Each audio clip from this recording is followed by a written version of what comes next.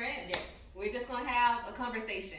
A lot of times our conversations are so fruitful, we wish that other people could hear it, because I'm pretty sure we talk about the same stuff that some of you all experience. And so we're going to use this time to just really give God glory and praise and talk about, us now versus ourselves this time last year. And just talk about, what God has brought us through and has helped us. So like the area that we feel like God has worked with us the most. And so again, I'm Crystal. I'm Crystal. All right. So, when I think about this time last year, was fall. And so, to be honest, this time last year, I was, really pretty much a few months into my journey on being really on fire with God. And I'm thinking life is just going to go up from here. I'm like, nothing can stop me now. Peaches and cream. Yeah, I'm thinking, because I thought once you say yes to God, I honestly thought your life got easier. I thought the devil can't touch me. I'm untouchable. And then I thought I was unshakable, because I'm like, now that I know my Father, like no one can, get me off track. And so this time last year, I was a few months post God delivering me from, the old situation I had where I was just pretty much idolizing a guy or a relationship.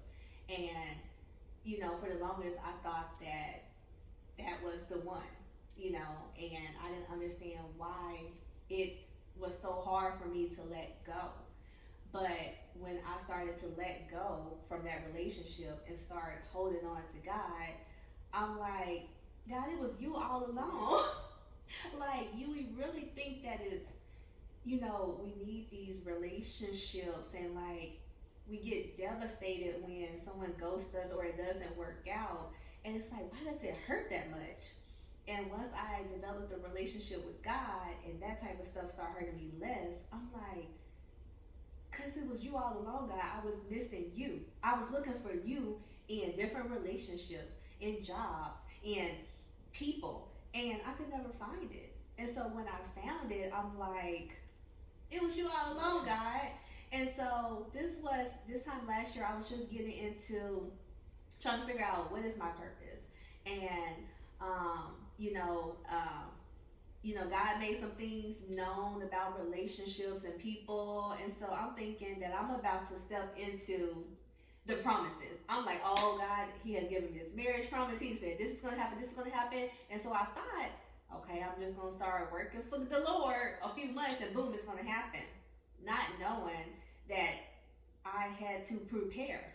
Even though I said yes to God, that did not mean everything all of a sudden in my heart turned to be for God. It was stuff that God had to work out of me in order for me to be the person he destined me to be able to receive the promises. And so we want the promise without putting in the work to get it, And so I was just really in a place where I thought I was about to get married. I thought that I was about to just go hard for the kingdom and nothing was going to touch me. And so as I stepped into August, I realized that was not the case. I realized that it seemed like life started getting a little harder, a little difficult.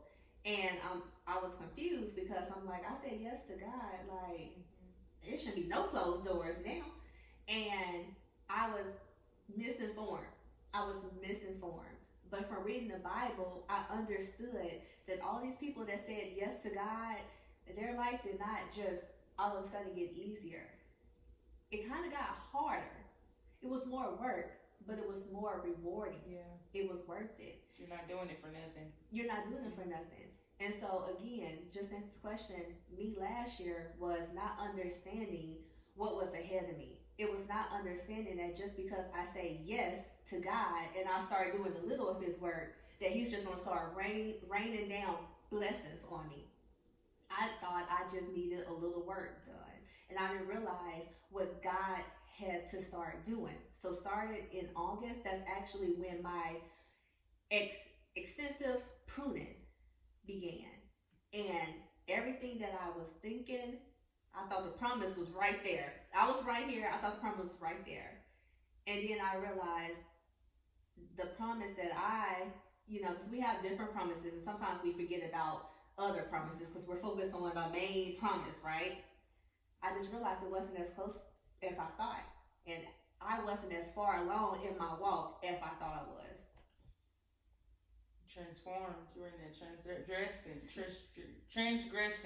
Yeah, transition. Yes. Yeah. So, are you done? Mm-hmm. Okay. So, Crystal and her former self around this time last year.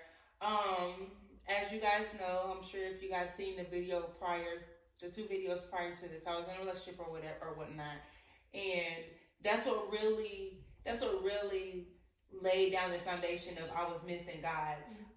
Last year, I was in a relationship and I was about to move into like a whole different state, but my mom, she's just being my anchor. She's like, she's talking me out of it. So she talked me out of it, which was great. It was a blessing. Now I see it as a blessing because before I was like, you just gonna miss me, Mom. But I was definitely naive. Last year, I was definitely naive. I was walking into the world blind. World blind, not knowing what I was getting myself into. But it was literally towards like the middle of November, where it was literally I was starting to lean into Christ and just really fully develop that relationship and on fireness that you were talking about with God. And it's just so much that I was missing because I was putting my happiness, my joy, my life into this human being, which he's probably not even, most of the time our exes or whatever that you felt that you loved back in the day or whatever the case may be, they're not bad, but they are not who God created you to be with. You know what I'm saying? They can't go with you in a season that God has to prepare you for. Right. So I was really devastated, like heartbroken, torn. Yeah. But once I started just actually like leaning into the woman God has created me to be and the woman that I know whose I am, whose daughter I am, who I serve, it was just wisdom started coming to me. Right. Wisdom, knowledge, and that's just by like reading the Bible, going to church, doing worship, praying. So it's like all these things you look back on, like me, I look back on my life and I'm like, I was missing like the spirit. I was missing the kindness that God wanted me to have. I was missing all these things because I was so wrapped up in a promise that's not even bad, but once you start to make it your idol, and once you lean into the idol, and once you lean into that promise more than you're leaning into God, that's when it becomes like a distraction and a sin. So it's just, I'm so thankful that I'm able to come into contact with Christ and be able to develop an intimate relationship. And just, I am so blessed, even at a young age, to be able to just say, like, God literally delivered me and rescued me from Egypt. You know what I'm saying? I'm like, it's so amazing to be able to say that and to be able to say that you learn so much as you just like read the Bible. And that's really something that is really important, especially during this walk, because you have people that just go to church now. Just going to church, I was there. That's what I did. I just going to church. Oh yeah, I'm going to church. You can't tell me nothing. I know God loves me. I'm doing this and that. But it was like I wasn't like, I knew God, I didn't know him. So I'm like, it's just God really had to sit me down into silence and just strip me away from the things in my former life, like my friends, even my parents. Like, I know my mom loves me, but she could only do so much for me. You know what I'm saying? So it was like once God literally had to take everything from me and just sit me down, because y'all, he will do that. He will do that. But once he does that, it's just like, that's just an opportunity for you to just let him do what he does. And that's love you, cater to you, give you the opportunity to show that his spirit and he is real.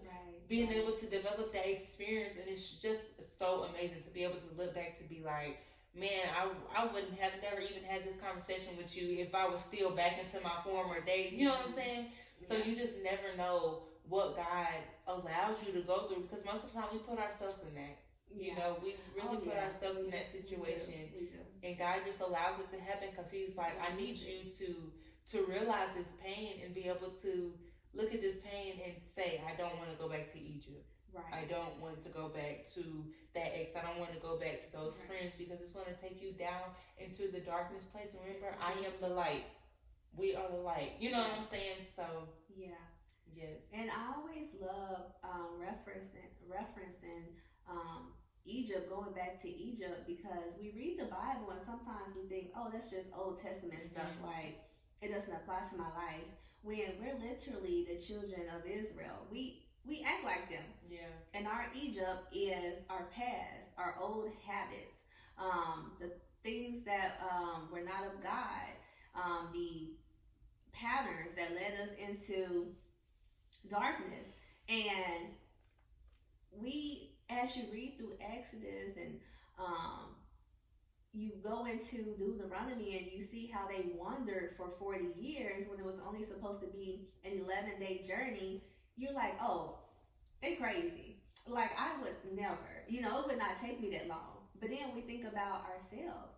If God was literally trying to get the Israelites to Canaan, their promised land, in 11 days, just think about that for your life. Something that God is trying to do could take 11 days. But because we delay, we're not obedient, we want to give into our flesh, we want what we want our will, and not God's will, it takes us longer.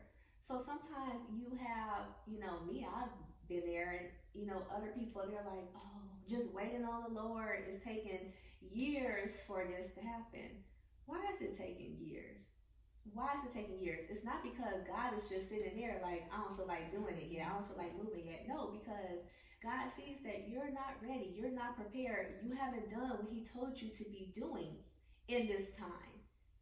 If what God is trying to take you to gives Him glory, why would He want to delay that? Yeah. Why would, if He can get you there in one day, why would He take months to get you there?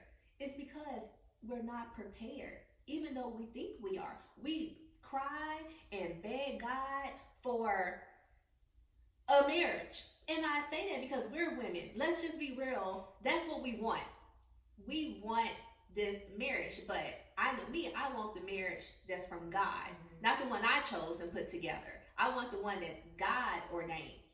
And we want it, and we're, lonely, and we're like, I need companionship. It'd just be so much better once I get married. And now it's like, if I gave you this marriage right now, I would never see you again.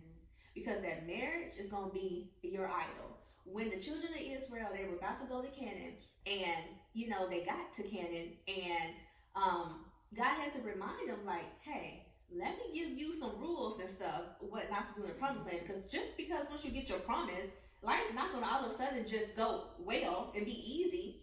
That's not like the final destination to where, oh, I mastered it every level, and so now the devil can't touch me. No, it's the devil gonna go harder, because now you in your purpose, and you a real threat. And so, if God had to tell them, when you get here, don't make these things and people your idols, and do this and do this, it's because He knows that once you get the promise, if you lose focus and you are more into and want the promise more than God, that is your idol. And we think, I ain't got no idols, because we ain't about to say, oh, our phone is our idol, our job is our idol, this man is our idol. No, but our actions show that it's our idol, because we're spending more time with that and worried about that than God. So if God gave me the marriage promise last year when I thought I was ready, I don't even know if I would be right here with you. I don't even know if I would know you. Because I would have thought, well, I don't need no friends. I don't need no life group.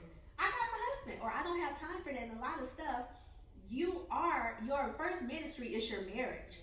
So some things you're not going to be able to do when you're married. Hence why God has you doing it now. When we get married, we're not going to have have the same amount of time Yeah. together.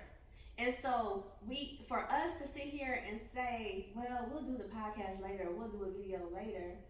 No, the time is now, because God has given us this time. He has given us this friendship to be able to reach people in our season of singleness. In our season of singleness. And so I just thank God that He didn't give me what I wanted when I wanted. Because everything that He is doing, I would have been ill prepared. Yeah. It would have been a disservice to us to get what we're not ready for. What if God just sat here and gave you a Maserati before you even had your driver license? You don't even know how to drive. So that's a disaster waiting to happen. Mm-hmm. And not only is it a risk to, you could harm yourself, you can harm other people. Yep. Because if you don't know how to manage or sustain or handle or drive what God has given you, it's not only self-destructive, but you going around being toxic and messing up the other of Lord, the God's people. Yeah. Preach, Sister Kay. That is all on my end. I'm not sure what she all has to. I got another question. Mm-hmm. And so the last question, we can wrap it up, is just from knowing what you know now, what would you tell your former self?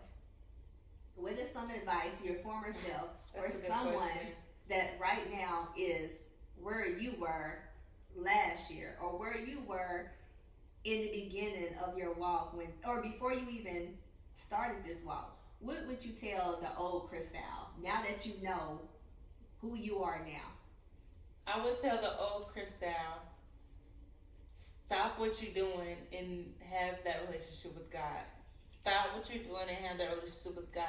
Because once you have a relationship with God and you're into your purpose and you love what you're doing and you're just building those connections and community that God has purpose in your life, then you're going to know how to maintain or to maneuver a relationship. You know what I'm saying? Mm-hmm. And once if I was single around this time and I had to go back to myself, I would say have a relationship with God. But even then, because I wasn't single, but if I had to go back in that same exact relationship, I would say insert God, no matter, you know what I'm saying? Just let Him do the rest.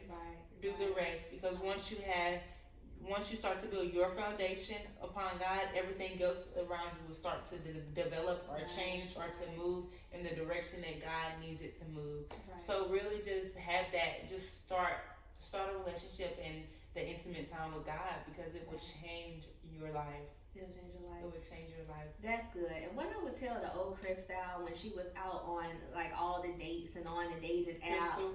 Oh, yeah. Crystal. I'm Crystal. She's Crystal. But what I would tell the old Crystal when she was just, going from one date to the next and one relationship to the next, and when someone ghosted me and I just thought it was the end of the world, and when I would get depressed when I didn't hear for someone and how my mood would change based on if I, received the text message or not, is that no one can fill that void but God. When you feel like you're lacking and you feel like you need to look for happiness in men or in money or job or kids or whatever, just know that you're lacking is that relationship with God. You have the Holy Spirit in you, but a lot of times we don't call on it or use it. We don't have the Holy Spirit be our comforter when we're in those moments when we feel lonely and we just feel like, God, it's just me against the world, but trying to put everybody to that missing puzzle piece, and everything you try to put into that missing space doesn't fit, and it's because it's only designed for God. And so I would tell the old Crystal is to stop trying to put other people in that space that's only designed for God, because once I stopped doing that and I allowed God to be the missing piece, I was full, I was whole, and I lacked nothing.